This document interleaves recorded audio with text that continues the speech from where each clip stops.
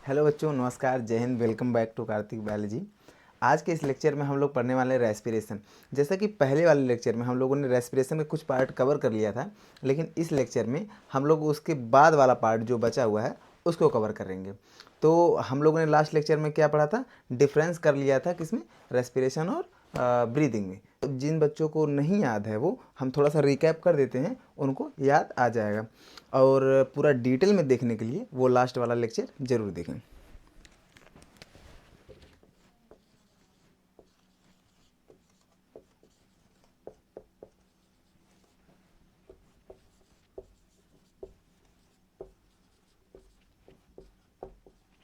Breathing और respiration, ठीक है। तो जो ब्रीदिंग होता है ये हमारा कहाँ पे होता है, नेजल कैविटी टू लंग्स में जाता है। यानी कि जो ऑक्सीजन का हम इनहेलिंग करते हैं तो नाक से अपने लेते हैं और लंग्स तक जाता है, ठीक है। तो ये क्या हुआ हमारा फिजिकल प्रोसेस, क्योंकि इसमें हम बॉडी पार्ट का यूज़ कर रहे हैं,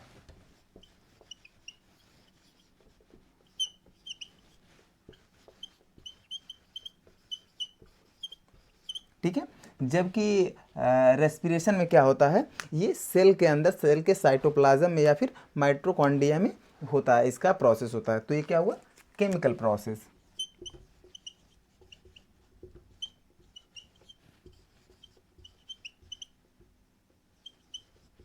क्योंकि इसमें बहुत सारे केमिकल का यूज़ होता है, ठीक है। तो यहाँ पे हमने थोड़ा सा बता दिया, उसके बाद से पूरा डिटेल में देखने के लिए आप अगला वाला वीडियो ज़रूर देखें, जिससे आपको पूरा कन्फ्यूज़न क्लियर हो जाएगा। अब हम देखेंगे एग्जैक्टली ब्रीदिंग होता क्या है, ठीक है। तो उसके लिए हम फिगर बना लेते हैं, एक फिगर ड्रा कर लेते हैं।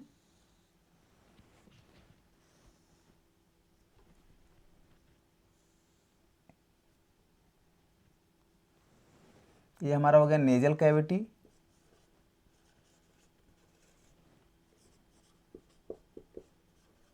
ठीक है। यहाँ पे कुछ मसल्स लगे, सॉरी मतलब रिंग लगे होते हैं, जिन्हें हम कहते हैं कार्टिलेज रिंग।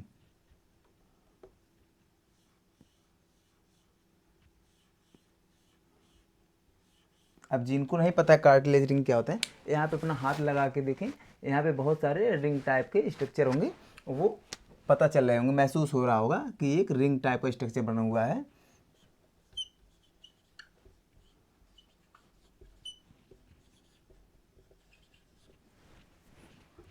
अब यहाँ से दो ब्रांच हो जाता है,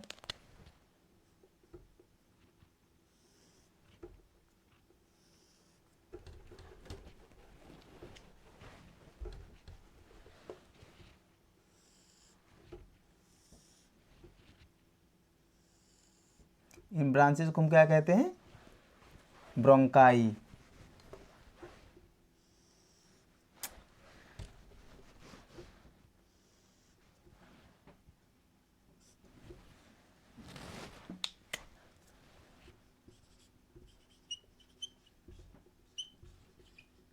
ठीक है। और उसके बाद से यहाँ पे हमारा लंग्स होता है, एक लेफ्ट साइड का, एक राइट साइड का। इसमें से कुछ ब्रांचेज निकले हुए होते हैं,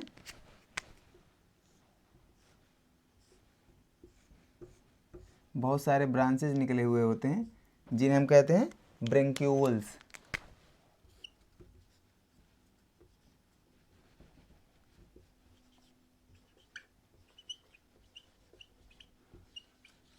ठीक है। और यहाँ पे कुछ छोटे छोटे आलू जैसे स्ट्रक्चर बने होते हैं, मीन्स पोटैटो जैसे, उन्हें हम क्या कहते हैं, एल्वुलाई।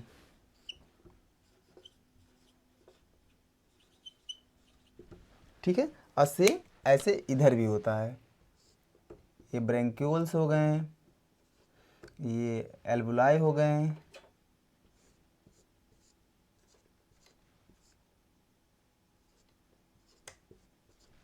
ठीक है। और इसमें बीच में उसके बाद से हमारा ऐसे रिब से कवर होता है, जिससे इसे प्रोटेक्शन मिल सके। तो क्या होता है कि हमारा जो हार्ट होता है वो किस साइड होता है, लेफ्ट साइड में। लेफ्ट साइड में हमारा हार्ट होता है। तो लेफ्ट साइड में ही जो ये वाला मतलब लेफ्ट साइड का लेफ्ट साइड का लंग्स होता है वो थोड़ा स्मॉल होता है, इसके कंपेरिजन में थोड़ा छोटा होता है, क्योंकि यहाँ पे हार्ट होता है यहाँ पे, इस वजह से ये थोड़ा स्मॉल होता है। और यहाँ पे हमारा डायफ्राम लगा होता है,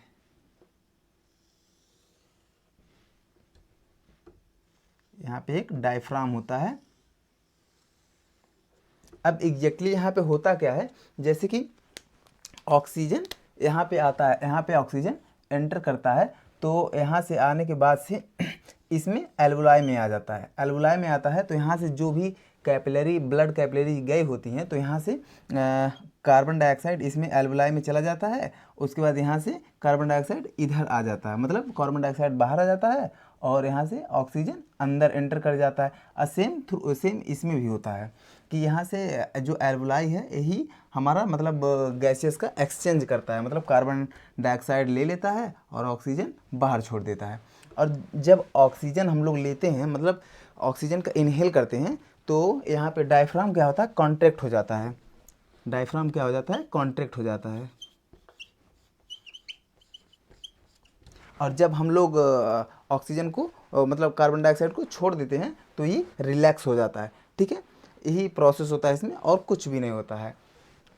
ठीक है, उसके बाद से हम लोग देखेंगे एग्जैक्टली रेस्पिरेशन होता क्या है और कैसे होता है। ठीक है,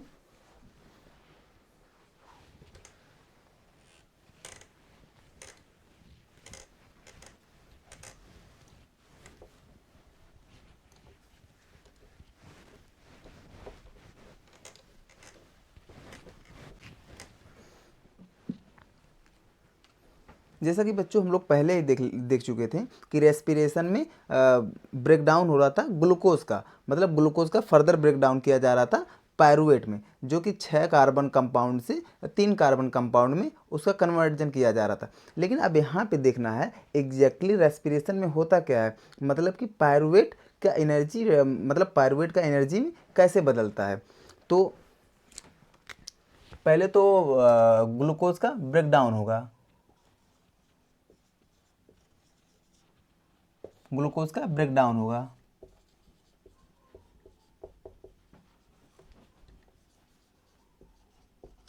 उसके बाद से पायरो मतलब 3 कार्बन कंपाउंड में बदलेगा, किस में, पायरुवेट में। ठीक है, अब यहाँ पे एग्जैक्टली पायरुवेट करता क्या है, इसका पर्पस क्या होता है। तो जैसे कि बच्चों ग्लूकोज से पायरुवेट में बदला,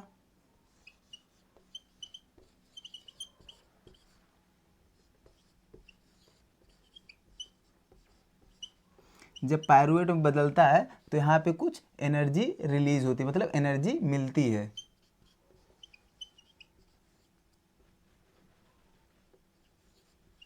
ये प्रोसेस होता कहाँ पे है, साइटोप्लाज्म में होता है।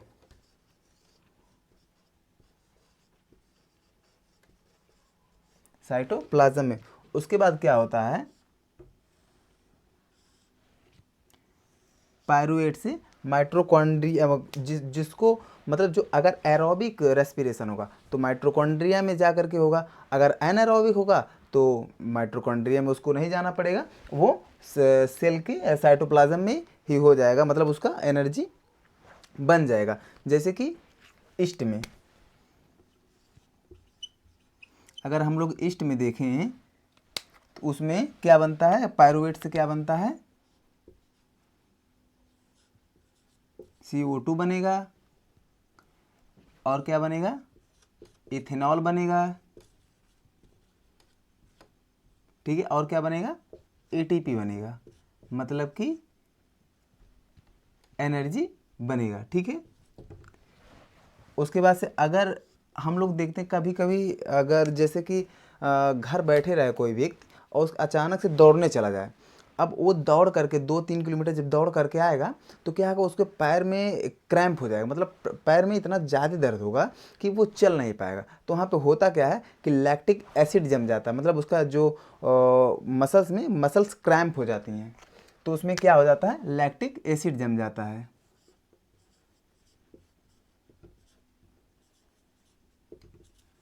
अब यहाँ पे क्या होगा, लैक्टिक एसिड और CO2, मतलब कि वहाँ पे ऑक्सीजन उसे पर्याप्त नहीं मिल पाता, इस वजह से लैक्टिक एसिड जम जाता है और यहाँ पे एटीपी कुछ एनर्जी बनेंगी।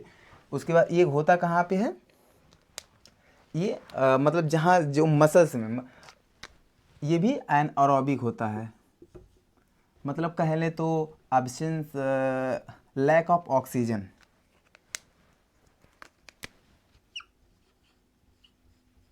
लैक ऑफ O2, और ये क्या होता है, absence of oxygen, absent of oxygen. ठीक है, उसके बाद से जो एरोबिक रेस्पिरेशन होता है उसमें ऑक्सीजन की नीड होती है, मतलब कि ऑक्सीजन रिक्वायर्ड होता है। तो जब ऑक्सीजन हमें मिलेगा O2 के प्रेजेंस में, ठीक है, O2 के प्रेजेंस में क्या होगा, यहाँ पे क्या क्या बनेगा, H2O बनेगा, ठीक है, प्लस कार्बन डाइऑक्साइड रिलीज होगा और प्लस ATP बनेगा। ठीक है, अब यहाँ पे एक चीज़ देखिए, ये जो लैक्टिक एसिड है ये कितना कार्बन कंपाउंड है, 3 कार्बन कंपाउंड है, और यहाँ पे एथेनॉल कितना कार्बन कंपाउंड है, 2 कार्बन कंपाउंड है। ठीक है, अगर कोई कहे कि सबसे बेस्ट क्या होता है, मतलब कि एरोबिक रेस्पिरेशन या फिर एनारोबिक रेस्पिरेशन, तो यहाँ पे एरोबिक रेस्पिरेशन जो होता है वो सबसे बेस्ट होता है। क्यों होता है, क्योंकि यहाँ पे जो एरोबिक रेस्पिरेशन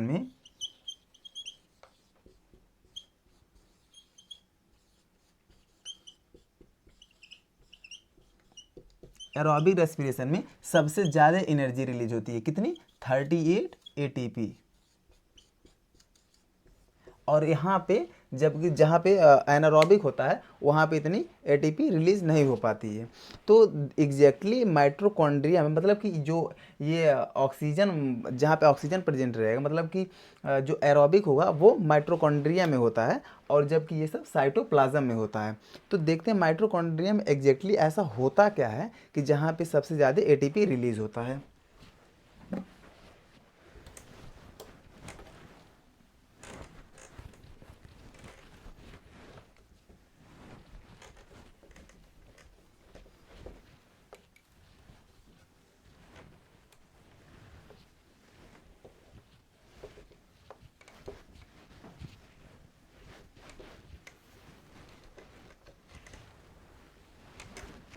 फिगर के थ्रू हम लोग समझते हैं कि माइटोकॉन्ड्रिया में एग्जैक्टली होता क्या है।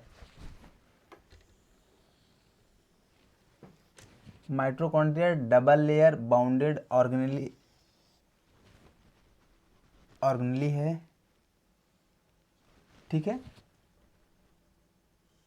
सबसे पहले ये देख लेते हैं लोकेशन कहाँ पे है माइटोकॉन्ड्रिया का, सेल में लोकेशन कहाँ पे है। मान लीजिए एक यूकैरियोटिक सेल है, सेल 2 टाइप के होते हैं, एक होता है यूकैरियोटिक, एक होता है प्रोकैरियोटिक। तो ये सब अभी आपको नहीं जानना है, बस आप इतना जानिए ये यूकैरियोटिक सेल है, इसके बीच में न्यूक्लियस होगा, बीच में न्यूक्लियस होगा, और उसके बगल बगल में एंडोप्लाज्मिक रेटिकुलम होंगे, एंडोप्लाज्मिक रेटिकुलम, और यहीं पे कई जगह, मतलब बहुत सारे माइटोकॉन्ड्रिया अवेलेबल होंगे।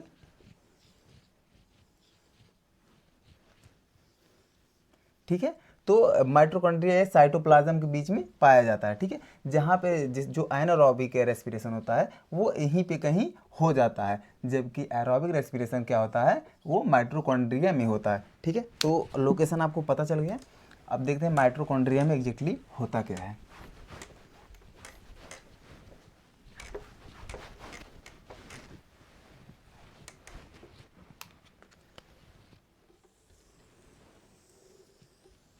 ये माइटोकॉन्ड्रिया है, जो कि इसका बाहर वाला लेयर है।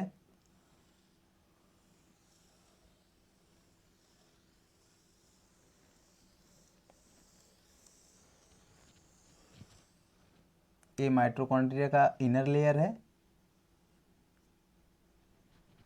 ठीक है, ये आउटर लेयर है, ये है इनर लेयर।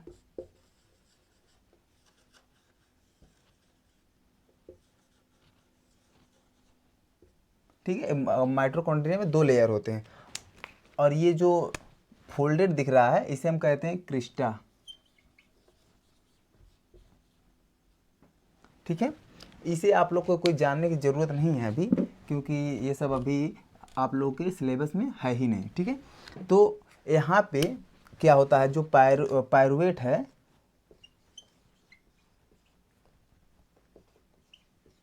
जो पायरुवेट है यहाँ पे आता है। ठीक है, यहाँ पे क्या होता है, एसिटाइल कोएंजाइम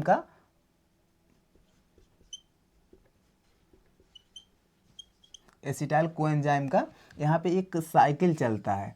ठीक है, यहाँ पे एक मतलब पायरुवेट का इतना यहाँ पे कहें तो इतने उसका धज्जिया उड़ा दिया जाता है कि यहाँ पे वो एकदम छोटा छोटा इसको बना दिया जाता है, जिसके किसके फॉर्म में, एक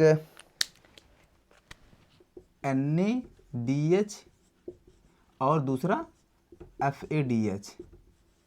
ठीक है, क्या होता है, तो आप लोग सोच रहे होंगे कि सर यहाँ पे एनर्जी यहीं पे रिलीज होगी। बिल्कुल नहीं, यहाँ पे नहीं। यहाँ से क्या होता है कि इससे 3 ATP बनते हैं और इससे क्या होता है, 2 ATP बनता है।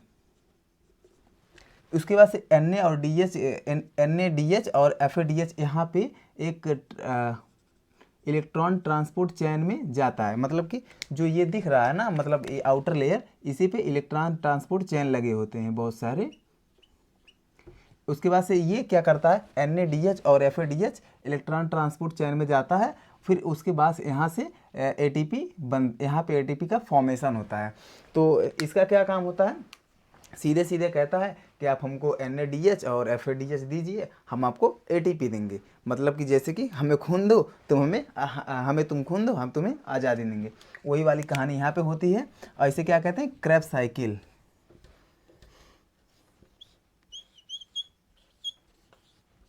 Krebs cycle.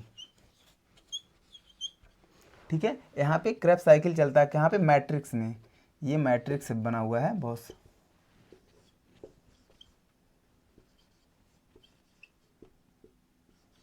ठीक है, और ये आप सोच रहे होंगे ये फोल्डेड इतना क्यों है, तो ये फोल्डेड इसलिए होता है क्योंकि जो फोल्ड होने की वजह से ये सरफेस एरिया बढ़ जाता है। तो जितना ज़्यादा सरफेस एरिया होगा उतने ज़्यादा इलेक्ट्रॉन ट्रांसपोर्ट चैन होंगे, तो उतना जल्दी और उतना ज़्यादा ATP का फॉर्मेशन होगा। तो इसलिए इसका सरफेस एरिया बढ़ा रहता है, मतलब ज़्यादा रहता है, और इसे क्या कहते हैं, क्रिस्टा। ठीक है, कोई जानने की ज़रूरत नहीं है, बस आप इतना जानिए कि यहाँ पे इलेक्ट्रॉन ट्रांसपोर्ट चैन होते हैं और इसकी वजह से यहाँ पे मतलब ATP का फॉर्मेशन होता है। और यहाँ पे पायरुविक एसिड आता है और यहाँ पे उसका क्रेब्स साइकिल चलता है, और उसके एसिटाइल कोएंजाइम का मतलब यहाँ पे चलता है क्रेब्स साइकिल। NaDH और FADH कन्वर्ट होता है। उसके बाद से NaDH से 2 ATP बनता है, मतलब कि NaDH से 3 ATP बनता है, और उसके बाद से FADH से 2 ATP बनता है।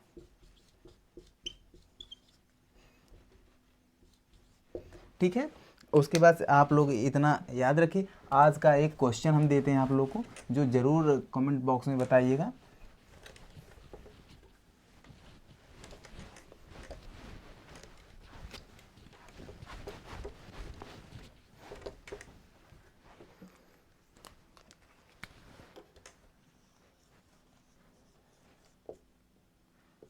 What is the full form of ATP? आप लोग को ATP का फुल फॉर्म बताना है बस, चाहे जहाँ से ढूंढिए, और ATP का फुल फॉर्म हमारे कमेंट बॉक्स में ज़रूर बताइएगा। तो रेस्पिरेशन कंप्लीट हुआ। Thank you very much.